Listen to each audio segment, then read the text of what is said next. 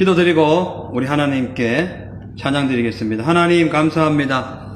이제 내일이면 성탄절이고 또 오늘은 우리가 히브리서 13장 그동안 6개월 동안 쭉 강의하면서 이제 오늘이 마무리되는 귀한 시간입니다.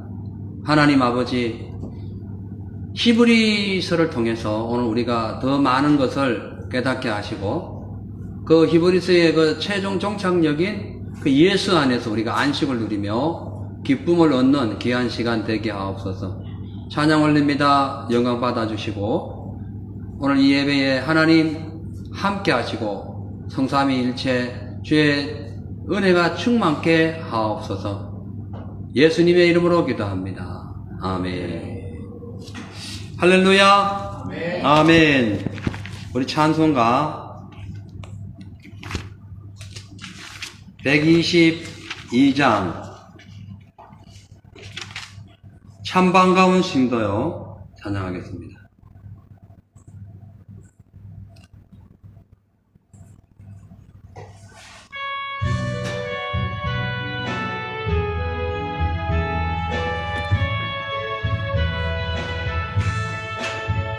참 반가운 신도여 너희 와서 베들레헴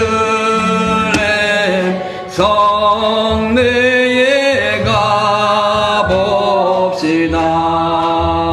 저 구유에 니신 아기를 보고 엎드려 절하세.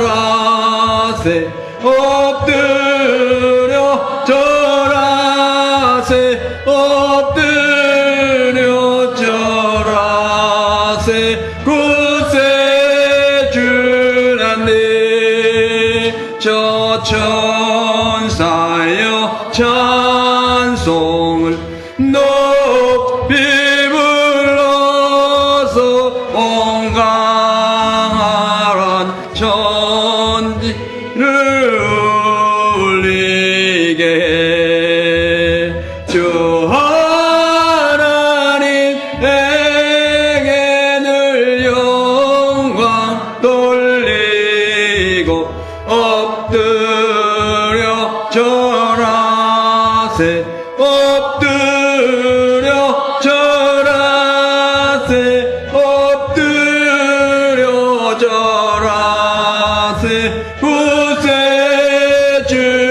구세주나님 이 세상에 주께서 강생할 때에 참 신과 참 사람이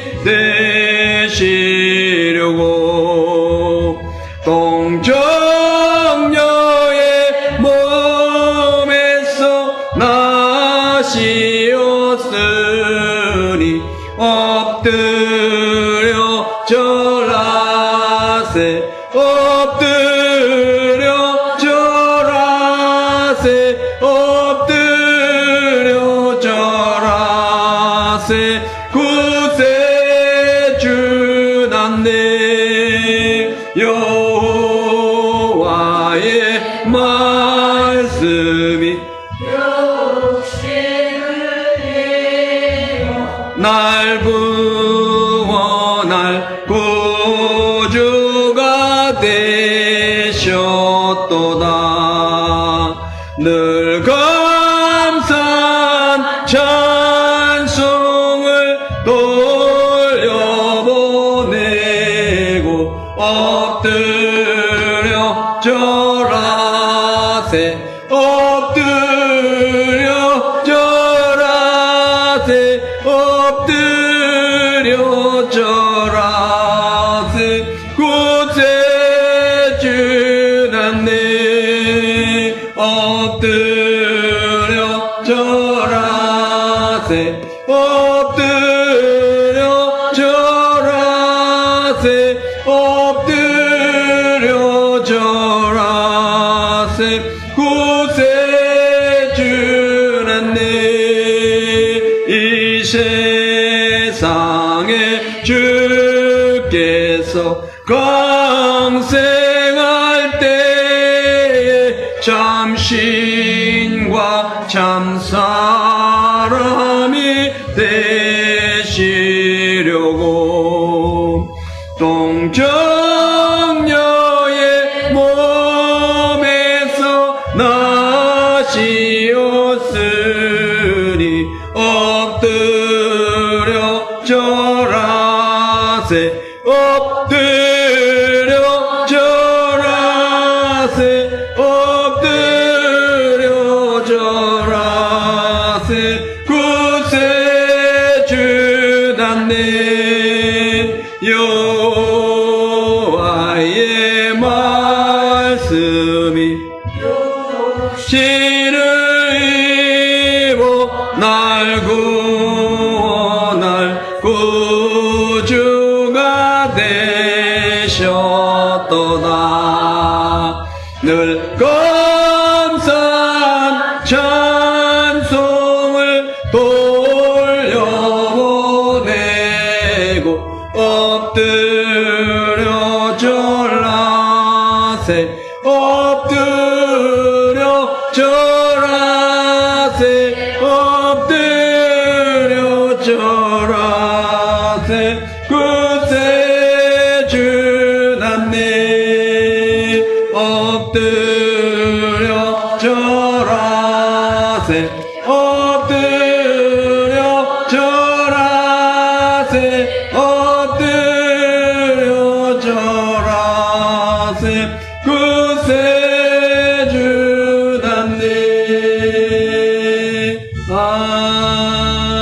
아멘.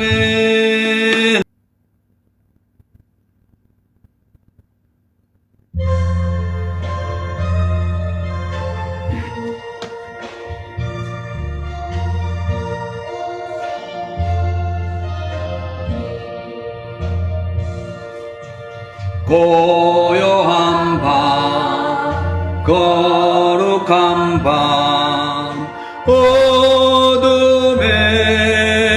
묻힌 밤 주의 부모 앉아서 감사 기도 드릴 때 아기 잘도 잔다 아기 잘도 잔다 아멘. 고요한 밤 고요한 밤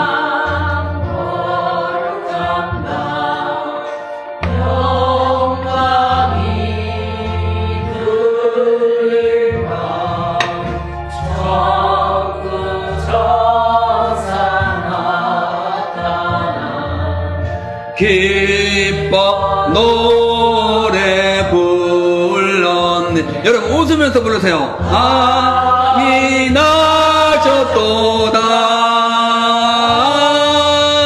왕이 나셨도다. 고요한 밤 고요한 밤 거룩한 밤 동방의 박사들 별을 보고 찾아와 꾸러 경배 드렸네. 왕이 나셨도다 왕이 나셨도다. 고요한 밤 거룩한 밤 주 예수 나신 밤 그의 얼굴 광채가 빛이 되셨네. 왕이 나셨도다 왕이 나셨도다. 우리 예배 위에서 기도하겠습니다. 예수님 이 땅에 오셨어요. 진짜 기쁘고 즐거운 마음으로 환영하는 마음으로 이 시간 우리 기도에 참여하고 말씀에 참여하는 귀한 시간 되시기를 바랍니다. 이제 내일이면 성탄절이 다가오는데요. 이제 우리 아버지 하나님, 그 주님께서 우리 인류를 구원하시기 위하여 그 독생자 아들을 이 땅에 보내주시고 그냥 보내주신 것뿐만 아니라 그 아들을 십자가에 죽게 하심으로 우리의 죄를 대신하여 우리를 구원해 주셨습니다. 그 하나님을 찬양하는 귀한 밤 되시길 바라고 또 내일 우리 성탄절 예배 야외에서 드리면서 또 귀한 하나님의 은혜를 체험하는 그런 시간 되시기를 바랍니다. 하나님 아버지여 감사합니다. 십자가의 보혈의 능력의 피가 어찌나 강한지 어둠의 권세 다 떠나가고 주의 생명이 얼마나 강한지 사망의 권세가 완전히 다 물러가는 그런 엄청난 능력을 갖고 이 땅에 오신 예수님, 그러나 태어날 때는 가장 낮은 모습으로 가장 인간의 그 세포를 따라서 이 땅에 아버지가 태어나셔서 아버지가 그 아주 작은 모습으로 태어나셨습니다. 근데 그 예수님의 그 탄생은 온 인류 온 세상을 구원할 수 있는 어마어마한 능력을 갖고 이 인류의 모든 죄를 구속하시고 우리를 구원하신 것을 우리는 믿습니다. 그 주의 은혜를 사모하는 귀한 시간, 오늘 이 예배를 통하여 하나님 뜻이 나타날 수 있도록 주님 축복하여 주시고 생명의 주의 또 아버지 온전케 하시는 예수를 바라보므로 믿음의 삶을 살아가는 저희들 다 되게 하여 주시옵소서. 생명의 능력이 함께하는 귀한 시간 되게 하시고 하나님의 말씀이 함께하는 귀한 시간 되게 하시고 은혜의 말씀이 함께하시는 귀한 시간 될 수 있도록 주여 이 시간 은혜의 삶으로 채워주시고 믿음의 삶으로 채워주시옵소서. 감사합니다. 예배드리는 첫 시간입니다. 마치는 시간까지 주님 홀로 영광 받아주시고 우리에게 한량없는 은혜 시간 되게 하여 주시옵소서. 예수님의 이름으로 기도합나이다. 아멘. 할렐루야. 하나님 말씀 봅니다. 1절부터 5절까지 히브리서 13장. 오늘 하나님 은혜 받으신 말씀은 히브리서 13장 1절로 5절 말씀입니다.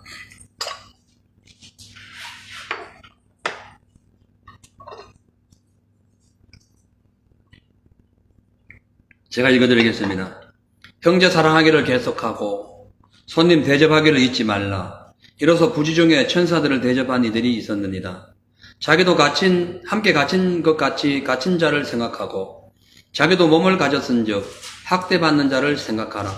모든 사람은 혼인을 기이 여기고 심소를 더럽히지 않게 하라. 음행하는 자들과 간음하는 자들을 하나님이 심판하시리라.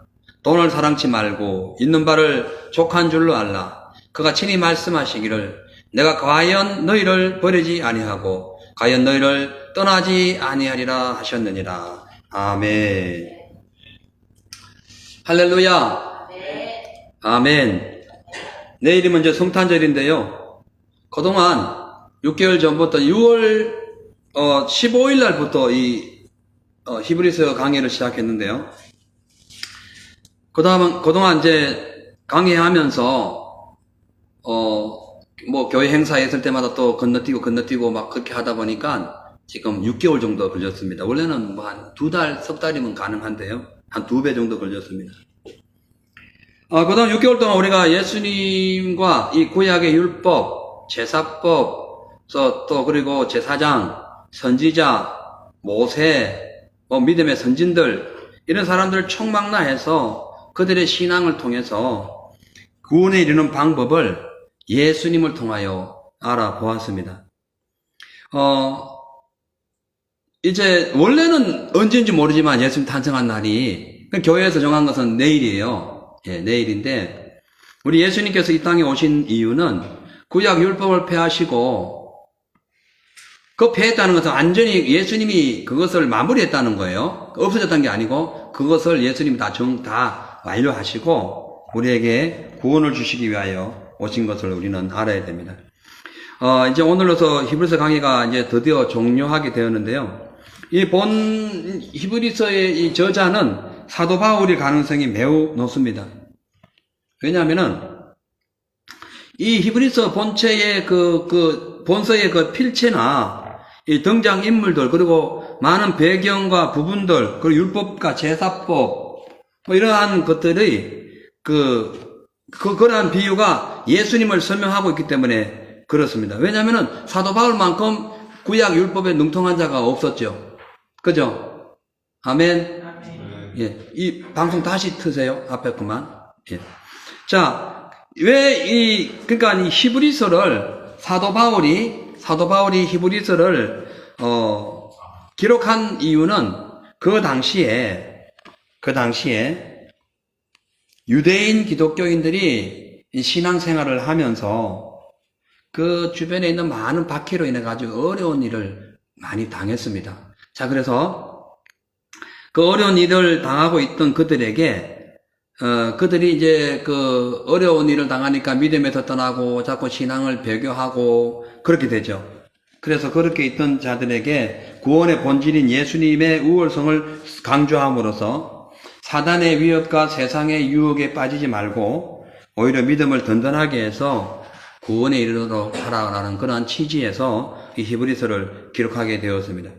그래서 이 히브리서에는 바울이 기록했기 때문에 많은 부분이 이 구약의 제사법과 율법 이러한 것들보다 더 우월하고 더 크고 더 위대하고 더 대단하신 그 예수님에 대하여 설명하고 있어요.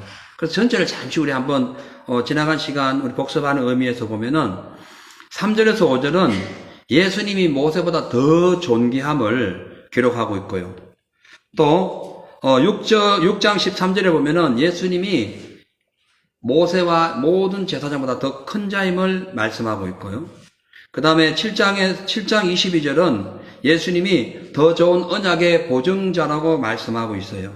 그리고 8장 6절에는 예수님이 가장 아름다운 직분을 갖고 계신 분이고 또 예수님께서 더 크고 온전한 장막이 되시고 그리고 예수님께서 더 영구한 사람이 되시고 또 더 나은 제사가 되시고 더 나은 본향이 되시고 예수님께서 천국을 위하여 고난 당하는 데 있어서 더 많은 고난을 당하셨고 또 예수님께서 더 좋은 부활하셨고 더 좋은 것을 예비하셨다라는 걸로 이렇게 더 못된 뭐 이렇게 계속 올라가는 그런 말, 베드로로 자꾸 올라가는 그런 말씀을 하고 있는 거죠. 자, 그래서 이제 히브리서 13장 이제 전체 주제를 살펴보면은 1절에서 6절은 이 겉면에 대해서, 그러니까 신앙의 겉면을 말씀하고 있어요.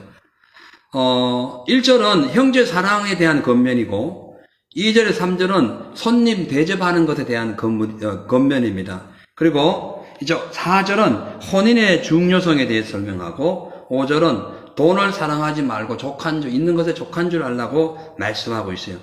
6절에는 이제 하나님께서 하시는 도움을 이제 믿고 담대히 은혜의 보좌 앞에 나가라라는 말씀을 하고 있습니다. 그 7절에서 17절에 있는 내용 중에서 보면은 주로 지도자들을 존경하고 그들을 위하여 기도하라는 내용과 세상에서 말하는 이 육신의 배를 채우는 식물을 위해 살지 말고 예수님을 찬미하는 삶을 살아라는 말씀으로 9절에서 19절이 기록되어 있습니다. 그 중에서 7절에 보면은 영적인 지도자를 본받으라고 했고요. 8절에는 예수님의 영원성에 대해서 깨닫고 9절에 보면은 식물을 의지하지 말고 은혜의 삶을 살아라고 하고 있어요. 10절에서 13절은 이 제단을 대표하는 예수님의 십자가 죽음을 비유하는 내용이고요. 14절에서 15절은 영원한 구원을 이루신 예수님을 찬미하라고 말씀하고 있습니다.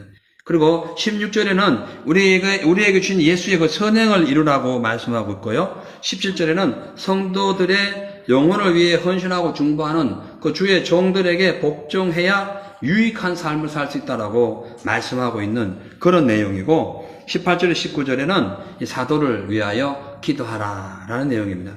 그리고 20절에서 25절 마무리 부분에 보면은 이제 히브리인 성도들을 위한 중보 기도와 문안 인사를 하고 있어요. 20절에서 21절에 보면은 십자가에서 인류를 구원하신 예수님의 평강이 함께하길 원한다는 마음으로 중보 기도를 하고 있고요. 특별히 21절 내용에서 바울이 기도했던 내용은 선한 일을 온전케 해주시는 예수님을 찬양하라고 했고요. 2절에는, 두 번째로는 하나님의 뜻을 행하는 소망을 가져라. 오늘 제목이 예수님의 뜻을 행하라는 거예요. 그리고 이제 마지막으로 예수님이 우리를 위해서 이루어 놓으신 즐거운 그것을 위하여 살아가라. 그렇게 말씀해요. 그리고 22절에서 25절에는 바울의 동역자들을 간단히 소개하면서 믿음의 축복을 하는 내용으로 탁 끝나면서 이제 히브리서는 1장에서 13장까지 마무리되게 됩니다. 조금 빠른 속도로 제가 말씀 전해 드릴게요. 13장 1절에 보면은 형제 사랑하기를 계속하고 그렇게 말씀하고 있습니다.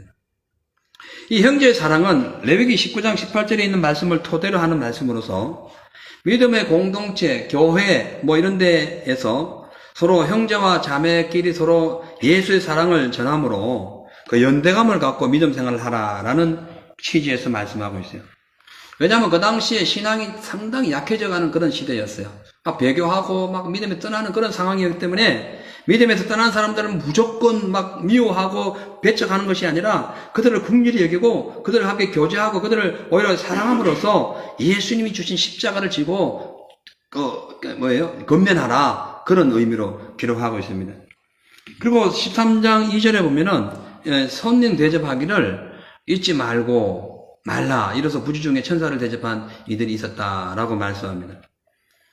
당시에는 어떤 핍박으로 인해 가지고 복음을 전도하는 형제와 자매들이 주로 이제 순회 선교사들이 많았는데 그때에 그 사랑이 식어가고 서로 막 원수처럼 되었기 때문에 이분들이 어디가 숙식을 제공받는 곳이 별로 없었어요.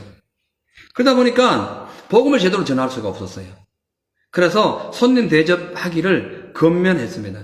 특히 복음을 전하는 그 메신저를 영접하는 것은 너희들에게 유익이 있다 이렇게 말씀하면서 부지 중에 천사를 대접한 이들이 있었다라고 이 아브라함을 예화를 들고 있어요. 아브라함은 부지 중에 천사를 대접함으로써 그의 아내가 아이를 못 낳는 상황에서 아이를 낳는 축복을 받게 됩니다. 도저히 그 집에는 이룰 수 없는 축복이 손님을 대접함으로써 나타나게 되죠. 우리가 도저히 이룰 수 없는 구원 하나님을 영접함으로써 받게 돼요. 할렐루야. 나머지 또 하나는 예수 믿는 사람들을 영접함으로써 그들을 대접함으로써 구원의 놀라운 은혜가 임할 수 있습니다. 옛날에는 참 전도가 잘 되었어요. 이 문을 두드리고 막 이렇게 전도하다 보면은 오히려 전도 당하는 입장에 있는 분들이 문을 열고 물도 대접해주고 이렇게 먹을 것도 주셨는데 지금은 워낙 깜빡한 시도고 가학이 모든 것도 지배하다 보니까 아파트마다 이게 시크시 다 돼가지고 이거를 번호를 눌러야 되고 안 그러면 못 들어가고 또 이 경비원들이 막 다 지키고 있어가지고 사람을 만날 수가 없어요. 또 잘못 만나면 또 고소당하고 이런 시대가 됐습니다. 그러다 보니까 자연적으로 남을 대접하는 문화가 사라졌어요. 그 결과 남을 대접하지 않음으로써 즉 전도자를 대접하지 않음으로써 그들에게 당하는 엄청난 그 환난이 지옥가는 거예요. 왜? 물이라도 한 컵 주고 서로 얘기라도 하고 영접하면 구원이라도 받을 텐데 그것이 없어져 버린 이 시대가 되었어요. 그래서 과학이 중요하고 좋지만 과학 때문에 영혼의 구원에서 자꾸 멀어지고 있다는 사실을 우리는 안타깝게 여겨야 됩니다. 그렇지 않나요? 그죠? 옛날에 제가 옛날 얘기죠. 한 25년 전에 어디에요? 수원에서 복음 전하고 교회를 창립해가지고 예배를 드릴 때요. 진짜 사람들 많았어요. 예, 전도하면은 오히려 우리가 갖다 전해주는 것보다 우리가 더 많이 받아가지고 미안할 정도로, 예. 그래, 어떤 아파트의 경비원 아저씨가, 목사님, 이 아파트 전체 엘리베이터 쓰는 것보다 목사님 더 많이 써요. 이랬어요. 한 300동 있는 걸 오락가락 매일 전도하러 다녔기 때문에 더 많이 썼는데, 그래서 제가 선물 많이 갖다 줬어요. 엘리베이터 가도 제가, 예. 지금 시대는 그렇지 않잖아요. 심각하죠. 자, 이제 13장 3절 보니까 자기도 함께 갇힌 것 같이 갇힌 자를 생각하고 자기도 몸을 가졌은 즉 학대받는 자를 생각하라. 여기에서 갇힌 자들에 대해서는 복음을 전하다 갇힌 자들을 의미하기도 하고요. 죄 때문에 갇힌 자들도 의미하기도 하고요. 또 선한 사업을 하다 갇힌 자들도 있었어요. 그 당시에. 그리고 예수 믿는 것 때문에 갇힌 자들도 있었고 등등 많이 있었어요. 이런 사람들은 그 감옥에 들어가는 순간에 이게 육체가 제재를 당하기 때문에 음식이나 의복에 대해서는 가족분들이나 친척분들이 전달해 줘야 됩니다. 직접적인 관계 있는 사람들이 전해주죠. 그렇지 않으면 굶주려 죽는 그런 상황이었어요. 자, 그런데 문제는 그 갇힌 자들을 도와줄 때 반드시 신분 조사를 하는데 예수 믿는 사람은 그 점을 못하니까 같은 예수 믿는 사람이고 했다 하면 똑같이 갇히는 거예요. 상당히 불이익이 왔어요. 그래서 도와주려고 하지 않았어요. 갇힌 자를 생각하고는 싶은데 갇힌 자를 생각하고 도와주는 건 쉽지가 않았어요. 이해가시죠? 그래서 지금 이 사도 바울이 그 얘기하는 거예요. 그들이 갇혔는데 너희들도 사실은 죄에 갇혀 있었지 않느냐. 그래서 그 갇힌 자를 생각하는 마음으로 그들을 도와줘라. 그들이 학대받는 것을 외면하지 말라. 예수님도 학대받았지 않느냐. 그 말씀하고 있어요. 자, 그래서 우리가 앞으로 코로나 사태가 어떻게 될지 아까 우리 또 성도님 한번 보내준 내용을 보니까 스웨덴은 이미 바코드 몸에 팔에 심는 칩이 나와가지고 코로나 팬데믹을 관리한다 등등 그런 끔찍한 그런 내용이 오고 있는데요. 앞으로 이제 이 666 시대가 되고 이 칩이 자꾸 개발되고 이제 이마나 이런 데 찍는 상황이 오게 되면은 심각한 상황이 오죠. 그래서 그것 때문에 안 받으려고 핍박당하고 고난당하는 사람들이 많이 있을 겁니다. 근데 문제는 이미 받은 사람들은 그런 사람들을 무시하고 욕을 하게 되는 거예요. 예. 여기 이제 마지막 때일수록 성경에 입각해야 돼요. 목사 말 중요해요. 그러나 목사 말보다 성경을 봐야 됩니다. 우리 교회 목사님 훌륭하니까 표 받으려 해서 그분이 훌륭한 게 아니에요. 예수의 말씀이 훌륭한 거예요. 아멘. 믿음으로 해서 믿음으로. 하나님 목사님 아무리 이런저런 얘기를 하고 별 얘기를 다 해도 그것이 하나님 말씀 아니면은 그거는 들어주면 안 되는 거예요. 내 영혼 살기 위해서. 존경과 진리는 달라요. 여러분, 여러분 왜 교회 다닙니다? 왜 교회 다닙니까? 구원받기 위함입니다. 앞으로 두 개로 갈라질 거예요. 박아라, 괜찮다, 그냥, 이거 상징 숫자도 하는 교회와, 아니다, 절대로 박아서는 안 된다. 실질적인 상황이 이루어왔고, 그런 교회로 완전히 갈라집니다. 그때 우리는 어떻게 할 것인가? 우리가 고난당한 자를 볼 때에, 진짜 내 몸처럼 사랑하고 돌보고 한 형제로서, 한 공동체로서 보호해주는 그런 상황이 돼야 돼요. 앞으로 그런 삶이 돼야 됩니다. 자, 이제 4절에 가가지고는 혼인에 대해서 얘기합니다. 뭐라 하고 있습니까? 모든 사람은 혼인을 기히 여기고 심소를 더럽히지 않게 하라. 음행하는 자들과 간음하는 자들은 하나님이 심판하는 심판. 저지스, 심판에, 이거는 이제 지옥에 가는 심판을 얘기하는 거예요. 이게 중요하죠. 왜냐하면은 이 침소에 해당하는 헬라어가 헤코이테인데 이것은 음란한 행동을 얘기하는 거예요. 그러니까 결혼하기 전에 행하는 음란한 행동. 이거는 하나님 심판한다. 근데 이 심판이 어디를 말씀을 근거를 하냐면은 민수기에 있는 말씀을 근거를 하는데 그러니까 모압 여인들과 음란하게 하다가 23,000명이 그냥 지진이 일어나고 아무튼 해가지고 불 타 죽고 했잖아요. 그걸 지금 빗대어서 말씀해요. 그래서 혼인하기 전에 또 혼인하고 난 후에도 심소를 더럽히면은 하나님이 심판한다. 심판. 예. 심각하게 받아들이고, 우리가 하나님의 심판을 받지 않기 위해서, 왜 우리 교회 다닙니까? 심판 안 받아야 교회 다니잖아요? 그죠? 우리가 이러한 것, 그러니까 혼인을 기히 여기고, 심소를 더럽히지 않는 삶에 최선을 다해야 됩니다. 왜냐하면은, 예수님만 우리가 섬기는 주님의 신부로서, 우상 숭배해서도 안 되지만은, 육신에 있는 가정도 그렇게 해야 된다.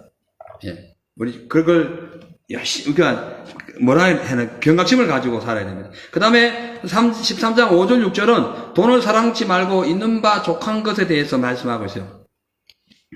돈에 대한 탐욕은 인류 시대 이후로 지금까지 계속 진행되고 있는데요. 왜 그러냐면은 돈은 날개가 있어가지고 언제 어디로 날아갈지 모르기 때문에 사람들이 불안해서 그래요. 내게 있는 돈이 언제 나갈지도 모르고 언제 스펜스 돼가지고 빠져나갈지도 언제 또 사기당할지도 몰라요. 그래서 항상 불안한 거예요. 그런데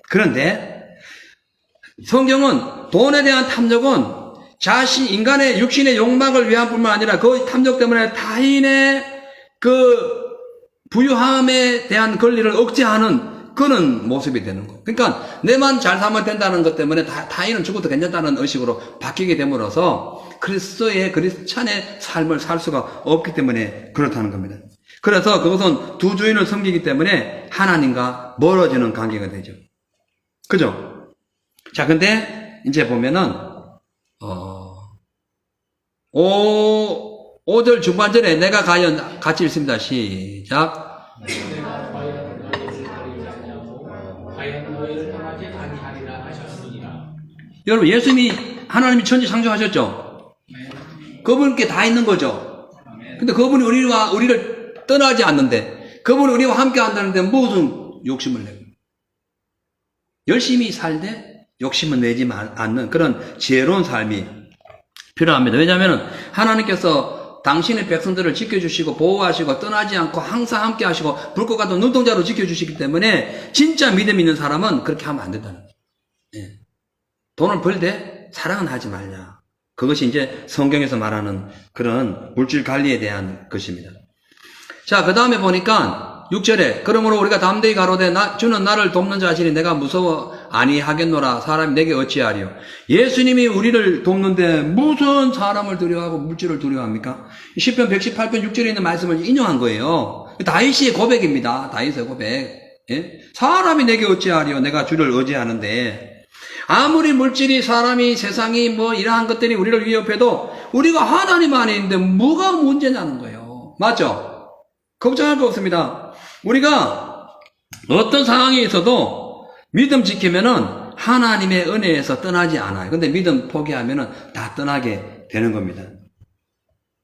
그 다음에 13장 7절에 보니까 하나님의 말씀을 너희에게, 자, 7절 보면 시작. 하나님의 말씀을 너희에게 이르고 너희를 인도하는 자들을 생각하며 저희 행실의 종말을 주의하여 보고 저희 믿음을 본받으라. 하나님의 말씀을 너희에게 이루고 너희를 인도하는 자들을 생각하라 라고 말씀하고 있어요. 여기서 이제 인도하는 자들이라는 것은 그 당시 이제 교회를 책임지고 있던 장로, 오늘날 목회자, 그리고 주님의 제자들을 의미합니다.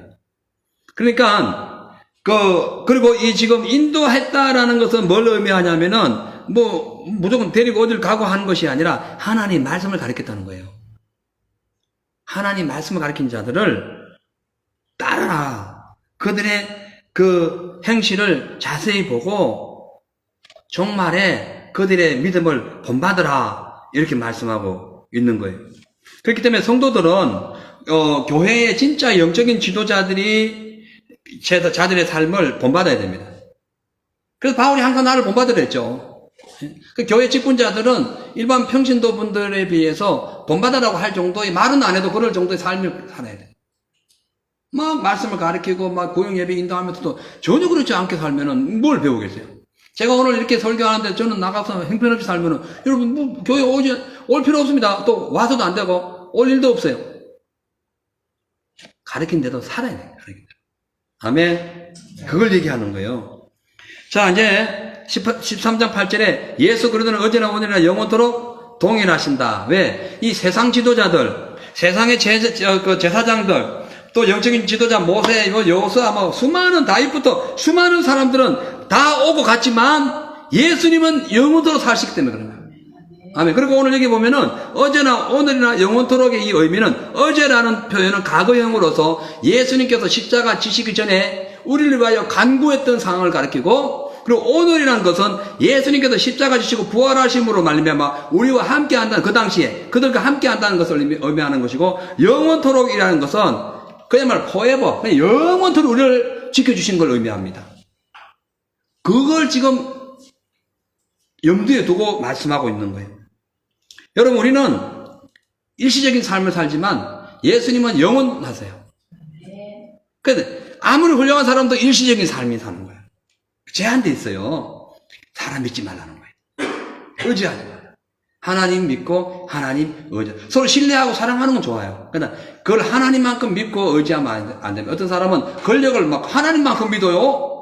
그건 뭔데요? 아무것도 아닌 거예요. 하나님을 믿어라. 자, 9절에 넘어가서 같이 읽습니다. 시작. 여러 가지 다른 교훈에 끌리지 말라. 마음은 은혜로서 굳게 함이 아름답고 식물로서 할 것이 아니니 식물로 말미암아 행한 자는 유익을 얻지 못하느니라. 그러니까 다른 교훈에 끌리지만 이 다른 교훈이 뭐냐면 그 당시에 유대인들이 그 기독교 유대인으로서의 기독교인이 되어 있던 그 성도들에게 찾아와 가지고는 음식 먹는 법도 구약에 나와 있는 음식 먹는 법이 있어요. 뭐 먹지 말고 뭐 어떻게 먹고 이거 있어. 그걸 해야 구원받는다라고 했던 거예요. 그런 미혹에 이끌리지 마라. 그 얘기예요.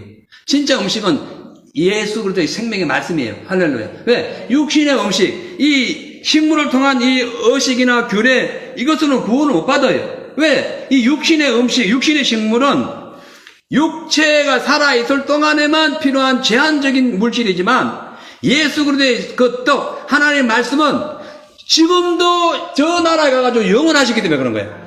할렐루야. 그리고 우리는 생명의 말씀 먹어야 되는 거예요. 그걸 얘기하고 있는 거예요. 그래서 그 말씀하는 거예요. 마음은 은혜로서 굳게 함이 아름답고, 마음은 은혜로서, 은혜의 생명의 말씀이 하나는 은혜인 거예요. 구원의 은혜인 거예요. 그걸로 이 마음에 꽉 채우는 것이 아름다운 삶이라는 거예요. 믿음의 삶이라는 거죠. 그래서 이 성도의 영적인 유익과 구원의 역사는 이 먹는 식물, 음식 규례법 이걸로 해서 지켜지는 것이 아니라 대 속의 죽음의 효능을 우리에게 전달해 주신 예수를 말미암아 이루어진다는 거예요. 아멘. 지금 그 무슬림 같은 경우 무슬림 그런 데는 보면은 금식 라마단 기간 금식을 해야 구원받습니다, 여러분. 그렇게 믿고 있는 거예요. 금식한도 구원받는 게 아니라니까요. 그건 하나님 앞에 우리가 바라고 서지 못하거나 어떤 일을 추진할 때에 주님의 은혜를 간구하기 위한 기도의 방법이지 그걸로 구원에 이르는 것은 아닙니다. 여러분 진짜 웃기는 것이 뭐냐면요. 인도에 가면은 이 자이나 종교래, 자이나. 인도 차이나 아니고 그냥 인도에 자이나라는 종교가 있어요. 이 종교는 종교의 수장은 홀라당 벗고 다닙니다. 완전 나체예요. 그걸 다른 사람은 다 나체예요. 왜냐하면 뭘 갖고 있으면은 구원 못 받는다 생각해가지고 옷도 안 걸쳐요. 그래야 된다 하면서 그들이 먹는 음식이 뭐냐면은 고기는 절대 안 되고 일반 베지테이블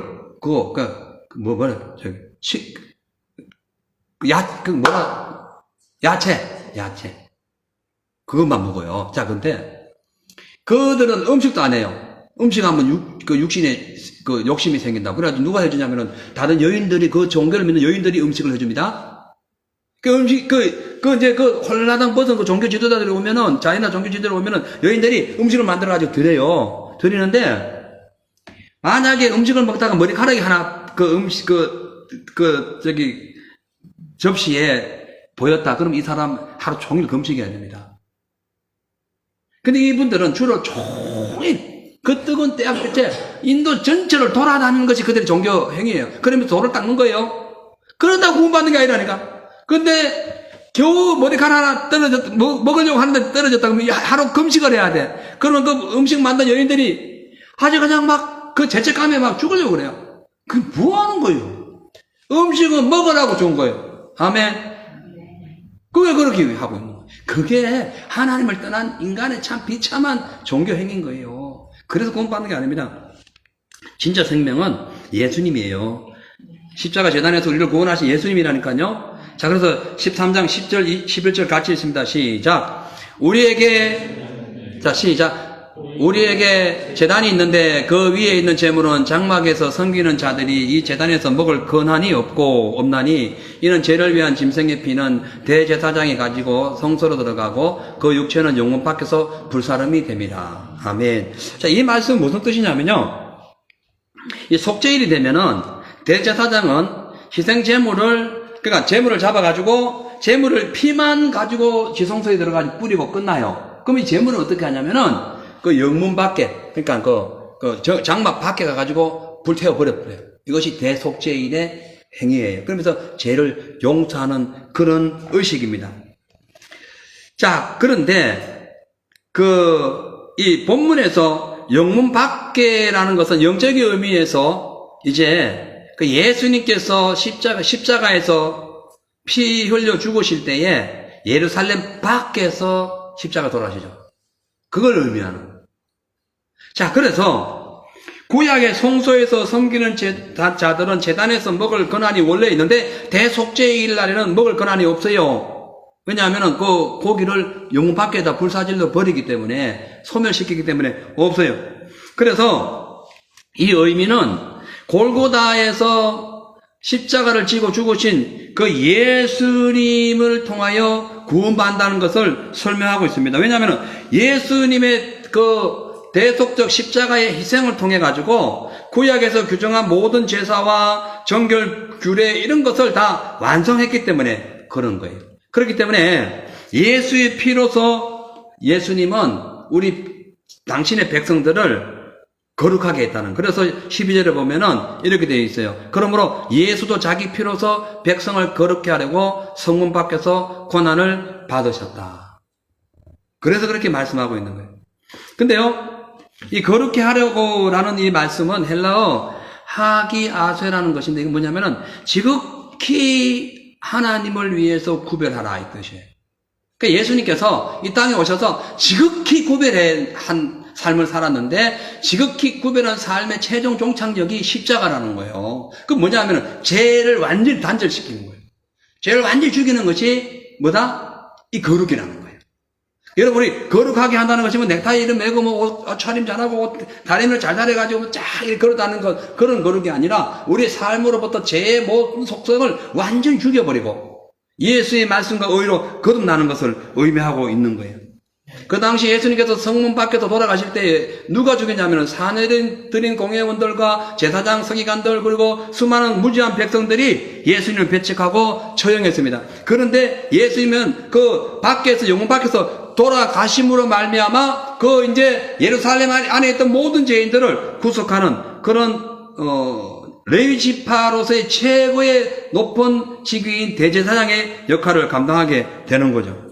자, 그래서 13절에 보면은 그런지 우리는 그 능력을 지고 영문 밖으로 그에게 나가자.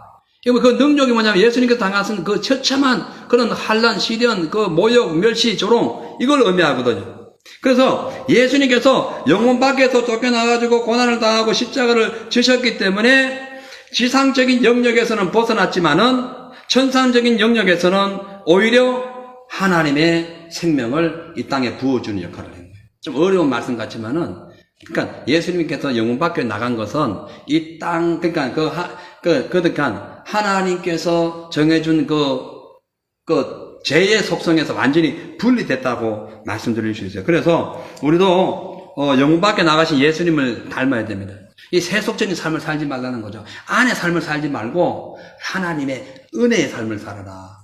육체적인 삶에 들어가지 말고 영생의 삶에 가라 이겁니다. 그러니까 옛 언약을 완성하신 그 예수님 안에 들어가야 되지 구약의 범주 안에 들어가가지고 제사법 지키고 그래서 될 일이 아니다라고 말씀하고 있어요. 이제 14절에 가서 우리가 여기는 영구한 도성이 여기 없고, 그죠? 오직 장차 올 것을 찾나니 이러므로 우리가 예수를 말미암아 항상 찬미의 제사를 하나님께 드리자. 이는 그 이름을 증거하는 입술의 열매니라. 아멘. 찬미 나오네요. 찬미의 제사. 예. 찬미의 제사를 드리는 찬미의 제사. 할렐루야. 예. 여러분, 우리 다 찬미가 돼야 됩니다. 대답이 없으세요. 찬미를 하시라니까요.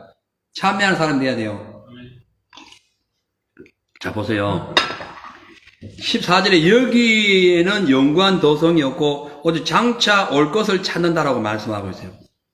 그러니까 이 말씀은 이 세상이나 유대교를 믿는 그 믿음 안에는 영원한 하늘나라 도성이 없고 그냥 일시적인 도성, 그냥 그 제사 드리는 것밖에 없다는 거예요. 장차 우리에게 나타날 도성은 하나님께서 지으시고 하나님께서 경영하시는 영원한 천국인데 그 영원한 천국을 만드시기 위하여 예수님께서 영문 밖에서 죽으셨다는 거예요. 그래서 우리가 해야 할 일은 그 예수님이 영문 밖에서 죽으시기 전에 뭐였냐? 능력을 받았다. 그래서 예수 믿고 구원받는 사람들, 특히 예수의 제자들은 예수님이 당하신 능력을 받아야 된다. 이것이 십자가 지는 거라는 거예요. 구원은 무료로 은혜를 주지만은 주의 사명은 십자가 지는 것으로 이루어집니다. 아멘. 십자가 져야 돼요.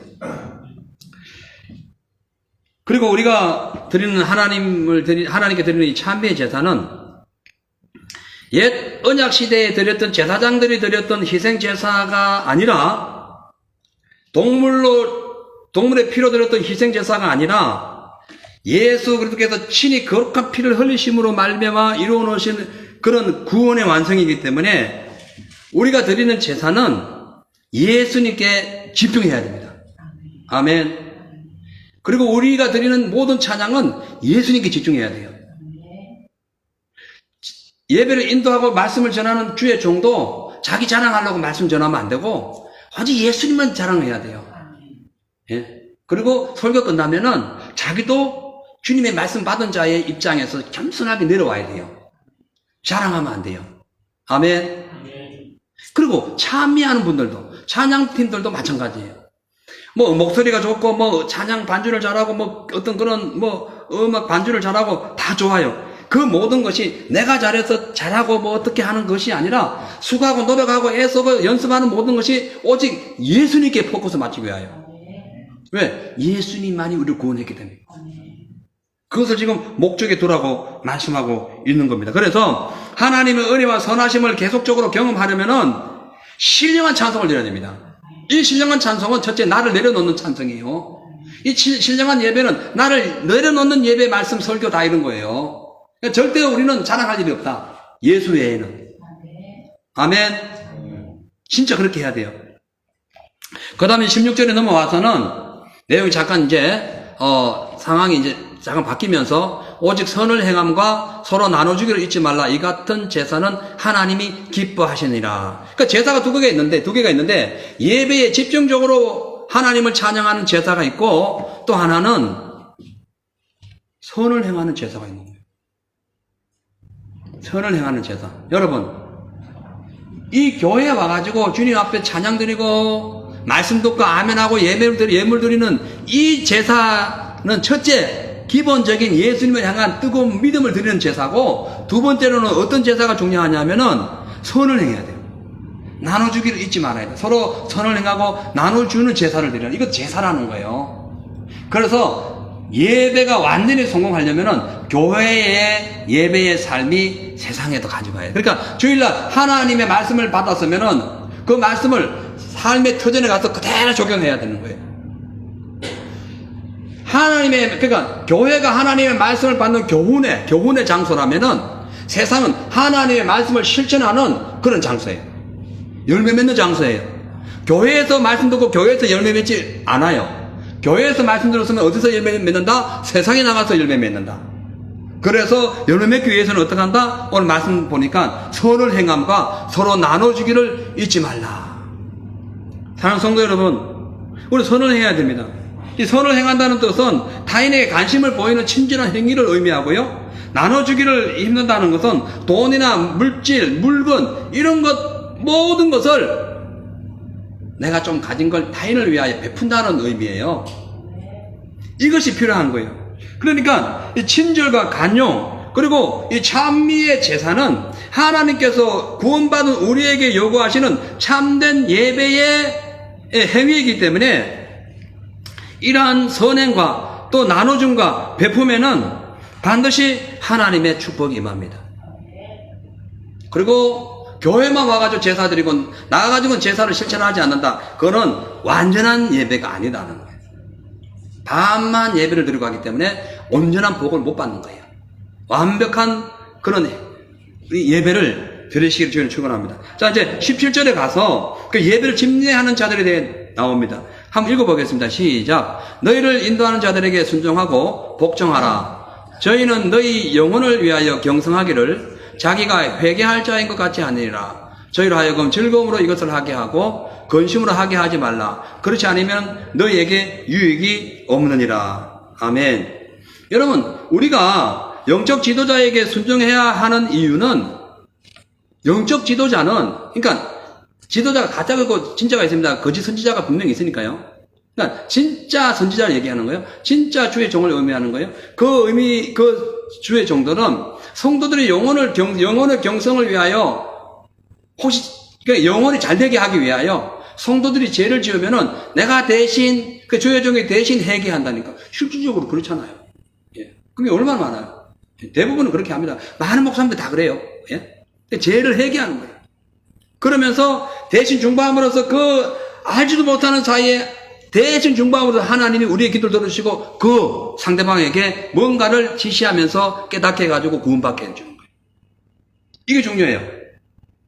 기도를 하는 사람만이 그걸 안다니까요. 안 그러면 몰라요. 무슨 내용인지 잘 모른다니까요.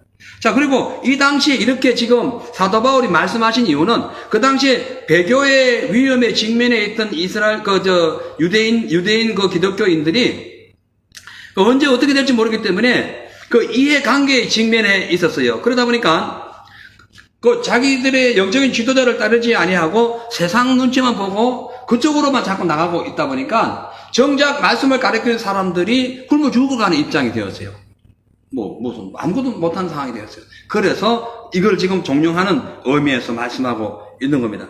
자, 그래서 우리가 영적 지도자들은 성도들의 영적 생활과 삶의 축복을 위해서 이 올바르게 말씀을 가르쳐 줄 뿐만 아니라 늘 깨어서 기도함으로써 성도의 죄를 자기의 죄처럼 여기고 그거를 중보함으로써 하나님의 은혜를 끌어당기는 그런 역할을 감당합니다. 대표적인 인물이 누구예요? 사무엘. 내가 너희를 위하여 기도 시기를 쉬는 죄를 범하지 않겠다. 사무엘이에요. 그래서 사무엘 시대에 나라가 적군에게 침투당하지 않았던 거예요. 완벽한 케이스를 이긴 거죠. 그래서 여기 보면 하반절에 가서 저희로 이것을 하게 하고 즐거움으로 이것을 하게 하고 근심으로 하게 하지 말라. 그렇지 아니하면 너희에게 유익이 없다는 거예요. 그래서 주의 종의 말씀, 그러니까 양떼를 돌보기 위하여 밤낮 수고하는 진짜 목회자들을 근심시키거나 목회자의 말을 무시하거나 불순종하면은 유익이 없다는 거예요. 유익이 없어요. 예. 그러기 위해서는 목회자도 그런 자격이 돼야 되고 성도들도 그러한 그러한 삶에 몰입을 해야 되는 겁니다. 이제 18절에 가가지고는 사도 바울이 우리를 위하여 기도해달라고 오히려 기도를 요청하고 있습니다. 그죠? 우리가 모든 일에 선하게 행하게 함으로 우리에게 선한 양심이 있는 줄을 확신하노니 내가 더 속히 너에게 돌아가기를 위하여 너희 기도함을 더욱 원하노라. 기도해달라는 거예요. 내가 지금 편지 쓰고 있는데 편지만 쓸 것이 아니라 너희들에게 직접 들어가서 내가 쓴 편지의 내용을 내가 너희들에게 가르쳐 줄 수 있도록 이 길이 막혀 있으니까 나를 만날 수 있게 해달라고 기도해달라는 거예요. 그러니까 이 주의 종이 그 성도를 위해 충분한 중보 기도를 했어요. 그래서 기도를 부탁하는 거예요. 이 사도 바울은 공짜를 바르지 않았습니다. 한 번도. 자기 기도한 만큼 기도 요청했던 거예요. 우리도 마찬가지죠. 늘 기도한 만큼 기도를 요청할 수 있는 그러한 준비가 되어 있어야 됩니다. 18절에 와가지고 이렇게 말씀하고 있어요.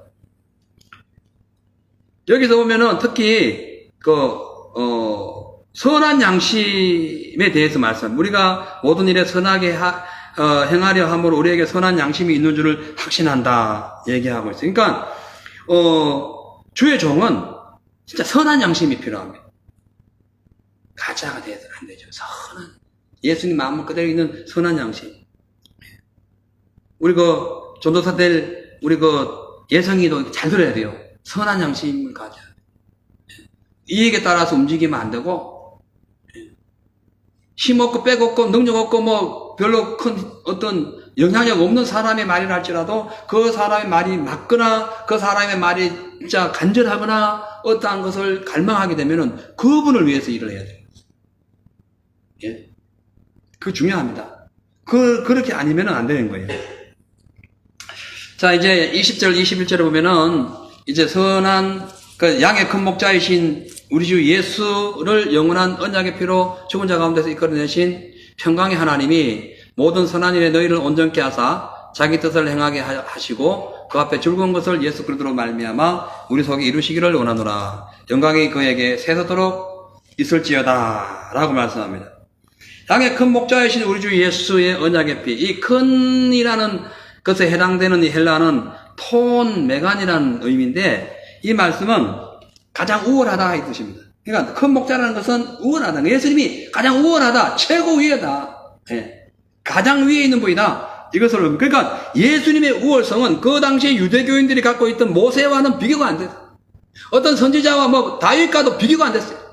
예? 아브라함의 후손이라고 자랑하는데 아브라함이 예수님 태어날 일을 기뻐했다는데 뭔 얘기를 하겠죠? 예수님 만날 걸 기뻐했다는데 그러니까 가장 큰 목자세요. 그러니까 예수님은 새 언약의 중보자 되신과 동시에 옛 언약의 중보자인 모세를 능가해가지고 그가 원했던 모든 율법을 완성하신 분이에요.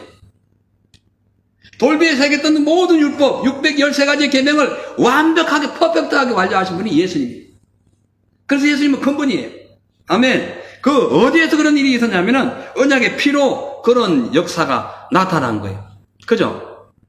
자, 그래서 우리 예수님께서 언약의 피로 인류의 희생을 제사를 위해서 그 언약의 그 피의 효력을 통해서 우리가 구원받았기 때문에 우리는 이 세상 어떤 것도 사랑할 필요도 없고 어떤 규율이나 그 율법에 어떤 매이는 것이 아니라 주의 은혜 안에서 말씀 안에서 나아가는 그런 삶이 되어야 됩니다. 이 교리에도 얽매이지 마세요.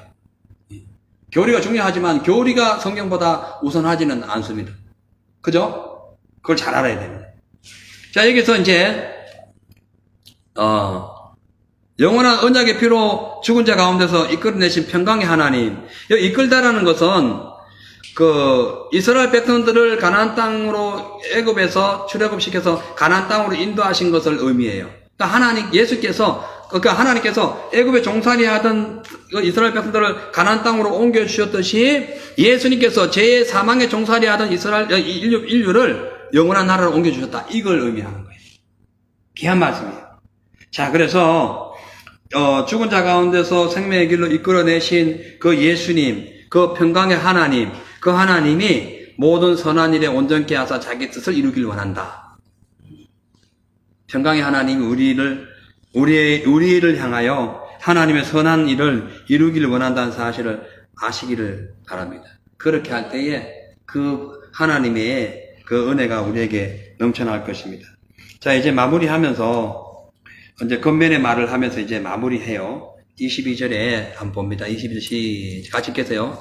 시작.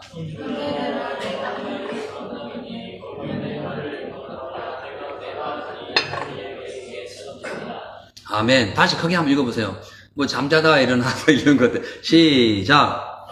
형제들아, 내가 너희를 권하노니 겉면의 말을 용납하라. 내가 간단히 너희에게 썼노라. 지금 바울이 겉면하는 말을 하면서 미안하는 마음으로 얘기해요. 자꾸 겉면하니까. 근데 이 겉면에는 아주 진짜 엑기스가 들어가 있는데요. 여기 보면은 23절에 우리 형제 디모데가 놓인 것을 너희가 알라. 그가 속히 오면 내가 저희와 함께 너희를 보리라. 디모데가 이제 곧 올 텐데 그가 오면 내가 갈 거야. 그러니까 중보기도 해. 그리고 내가 너에게 겉면한 것을 잘 기억해라. 그래서 내가 가거든 그 겉면했던 내용을 내가 다시 가르칠 때에 잘 믿고 따라와라. 그 말씀입니다. 여기에서 특히 디모데를 우리 형제라고 부름으로써 사도 바울이 이 본문의 저자임을 한층 더 확률을 높여줘요. 왜냐하면은 디모데가 항상 사도 바울의 아들로 다녔고 동역자로 다녔고 사역에 함께 했거든요. 그래서 우리가 성경을 이렇게 누가 저자냐 할 때 한 사람만 이름 나와도 전혀 아무것도 내용이 없는데도 그 사람 이름 나왔다고 그 사람이 저자라고 하는 경우가 많아요. 잘 모를 때는, 그 저자에 대해서 명확하지 않을 때는. 그런데 히브리서에는 사도 바울이 관련되어 있는 말씀이 너무 많은데도 이 세상 사람들이 이상하게 사도 바울이 아니라고 하는 경우가 있는데, 사도 바울이가 하든 안 하든 그 큰 문제는 아니에요. 그러나 사도 바울이 맞다고 할 경우에 얼마나 섭섭하겠냐고. 내가 썼는데 자꾸 아니라고 하면 되겠냐 말이에요. 자, 그래서 또 그렇다고 반대로 또 사도 바울이 안 썼는데 그러면 또 사도 바울이 미안하게 저에게 어색하기도 하고 내가 안 썼는데 자꾸 왜 그러냐 이럴 수도 있는데, 아무튼 그 내용을 볼 때 그렇다는 거예요. 여기에서 디모데가 놓인 것이라 했는데요. 이 놓인 것에 해당하는 것은 감옥에서 놓인 걸 의미합니다. 그러니까 디모데가 복음을 전하다가 감옥에 갇혔다가 다시 이제 어떤 석방되는 상황이라고 설명할 수가 있어요. 자, 그래서 이제 그 디모데가 오면은 그와 함께 방문할 것을 의미해 지금 말씀을 가리키고 있습니다. 이제 25절에 가서 은혜가 너희 모든 사람에게 있을지어다. 24절에는 뭐라 그럽니까? 너희를 인도하는 자와 및 모든 성도들에게 문안하라. 이탈리아에서 온 자들도 너희에게 문안하라. 여기 이탈리아입니다. 이탈리아. 예, 지금 로마 지역 이탈리아. 거기에서 온 자들에게 문안하라. 이렇게 말씀함으로써 이제 마치게 됩니다. 여러분, 은혜를 의미하는 헬라어가 카리스예요. 카리스. 이 카리스는 뭐냐면은 그러니까 이 편지에 주로 신약 편지에 카리스 은혜가 나올 때는 모든 편지를 마무리하면서 하나님의 은혜를 집중적으로 쏟아볼 때 카리스라 해요. 그러니까 이 지금 사도 이게 누구죠? 바울이 지금 은혜가 너에게 있을지어다 이 말씀은 하나님의 은혜가 집중적으로 너에게 임할 거다. 이 말씀 읽을 때에, 오늘 예배 드릴 때에, 오늘가 찬양할 때에, 오늘 우리 기도할 때에 하나님의 은혜가 임할지다. 할렐루야. 아멘. 이 카리스, 이것이 변형돼가지고 그레이스가 됐잖아요. 그러니까 카리스가 우리에게 임해야 돼요. 아멘. 어떤 상황 속에서도 카리스가 우리에게 임하면은 내 삶이 위험에 처해있던, 답답하고, 장애물이 그냥 줄줄이 앞에 서 있던 상관없이 하나님의 은혜 카리스가 임하면은 그냥, 물이 바다를 덮은같이 여호와의 영광이 콱 임하는 거예요. 우리 모두 그러한 삶이 되시기를 주의 이름으로 축복합니다. 결론입니다. 내일이면 성탄절이에요. 근데 우리는 특별히 야외 가서 이제 예배를 드리고, 또 이제, 또 성탄 축하도 하고 침례식도 하게 되는데요. 깨달을 것은 모든 것 위에 뛰어나신 예수, 모든 율법을 완성하시고 모든 제사를 완료하시고 인간이 가져야 할 모든 저주를 몸소 다 당하시고 십자가에 돌아가셨다가 부활하신 그 예수님이 이 땅에 탄생하신 것은 우연도 아니고 그것은 하찮은 것도 아니고 필연적이고 하나님께서 언약을 정하신 그 서원이 이루어지신 것이고 그것이 우리에게 임했기 때문에 예수 믿으면 반드시 구원받습니다. 아멘. 그래서 예수 오셨어요. 그 때문에 성탄절에 이것저것 행사 중요하지만 그보다 예수 믿으면 구원받는 만큼은 확실하다. 그 예수님이 우리를 위해 오셨다. 이것만큼은 절대로 믿음에서 떠나면 안 됩니다. 그걸 절대로 잊어버리면 안 돼요. 그리고 그 은혜, 카리스, 그 은혜를 기억하면서 장차 나타날 적그리스도 그것들이 어떠한 방법으로 우리를 공격하더라도 전혀 믿음 흔들리면 안 됩니다. 지금부터 믿음 생활 잘해야 돼요. 기도 생활 열심히 해야 돼요. 그래야만이 믿음에서 물러나지 않습니다. 후퇴하지 않아요. 침륜에 빠지지 않아요. 오히려 영혼을 구원하며 이르는 믿음을 가지고 앞으로 전진한다니까. 히브리 10장 38절 이하에 나오잖아요. 그 말씀을 가지고 우리가 죄와 사망을 대적하시고 더 나은 영원한 청성 하나님의 나라 그 올라가는 영광을 누리시기를 주의 이름으로 축복합니다. 아멘. 기도하겠습니다. 하나님 감사합니다. 예수님 이 땅에 오신 그 성탄절 내일 그 날짜 그 기념일입니다. 주님 이 땅에 오신지 우리는 언제 오셨는지 잘 모릅니다. 그 정확한 시간 모르지만 분명한 것은 오셨고 우리를 위해 죽으셨고 부활하셨고 또 다시 오실 겁니다. 예수님 이 땅에 오신 날짜를 정확하게 알지 못하듯이 예수님 다시 오실 것을 우리는 정확하게 알지 못합니다. 분명한 것은 예수님 첫 초림하셨듯이 둘째 예수님 반드시 재림할 텐데 그때에 그날 예수님을 영접하기 위하여 우리가 믿음으로 온전하게 살게 하시고 율법의 모든 것을 완성하신 예수의 카리스 그 은혜 안에 들어가서 믿음 생활 잘 관리하고 주님 오실 때에 함께 들림받는 귀한 우리 성도님들 다 되게 하옵소서. 감사드리며 예수 이름으로 기도하옵나이다. 아멘. 우리 교회 부흥을 위해서 우리 기도하시고 또 부족하지만 저를 위해서 기도해 주십시오. 그리고 이 코로나 극복을 위해서 또 기도하시고 여러분의 믿음 성장 그리고 우리 전도사님 될 우리 앞으로 주의 종 진짜 귀한 종이 되도록 기도 많이 해주시고 그리고 우리 교회 각 이제 파트, 팀, 부서 잘 성장할 수 있도록 기도해 주시고 그리고 어떠한 상황 속에서도 감사와 기쁨으로 인내하면서 주의 그 뜻을 이룰 수 있도록 믿음 우리 상기시켜 달라고 기도하는 그런 삶이 되시고 혹시나 육체에 질병이 있거나 마음에 묵은 짐이 있거나 영육간에 어떤 문제가 있다면은 오늘 기도할 때에 하나님께서 완전하게 해결해 주실 것을 믿고 승리하는 저와 여러분 되시기를 주의 이름으로 축복합니다. 아멘. 122장 우리 힘차게 부르시고 합심해서 기도하겠습니다. 참 반가운 신도요.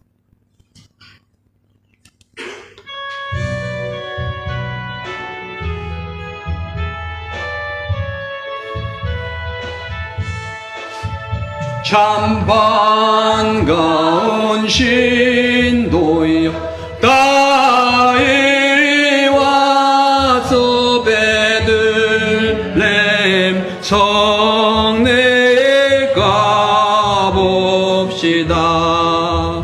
저 구유에 누이신 아기를 보고 엎드려 절하세 엎드려 절하세 엎드려 절하세 구세주나님 저 천사여 찬송을 높이 불러서 온 광활한 천지를 울리게 해. 동정 내게는 영광 엎드려 절하세 엎드려 절하세 엎드려 절하세 구세주나님 여호와의 말씀이 육신을 입어 날 구원할 구주가 되셨도다. 늘 감사한 찬송을 돌려보내고 엎드려 절하세 엎드려 절하세 엎드려 절하세 구세주. 우리 주여 삼창하시고 오늘 기도 제목들 다 기억하면서 함께 합심하여 기도하겠습니다. 주여 주여 주여. 할렐루야. 아버지 하나님 감사합니다.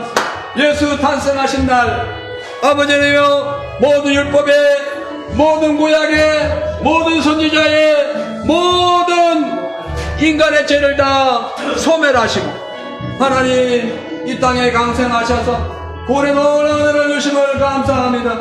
성령여 우리 가운데 믿음의 역사를 강하게 나타나게 하여 주옵소서.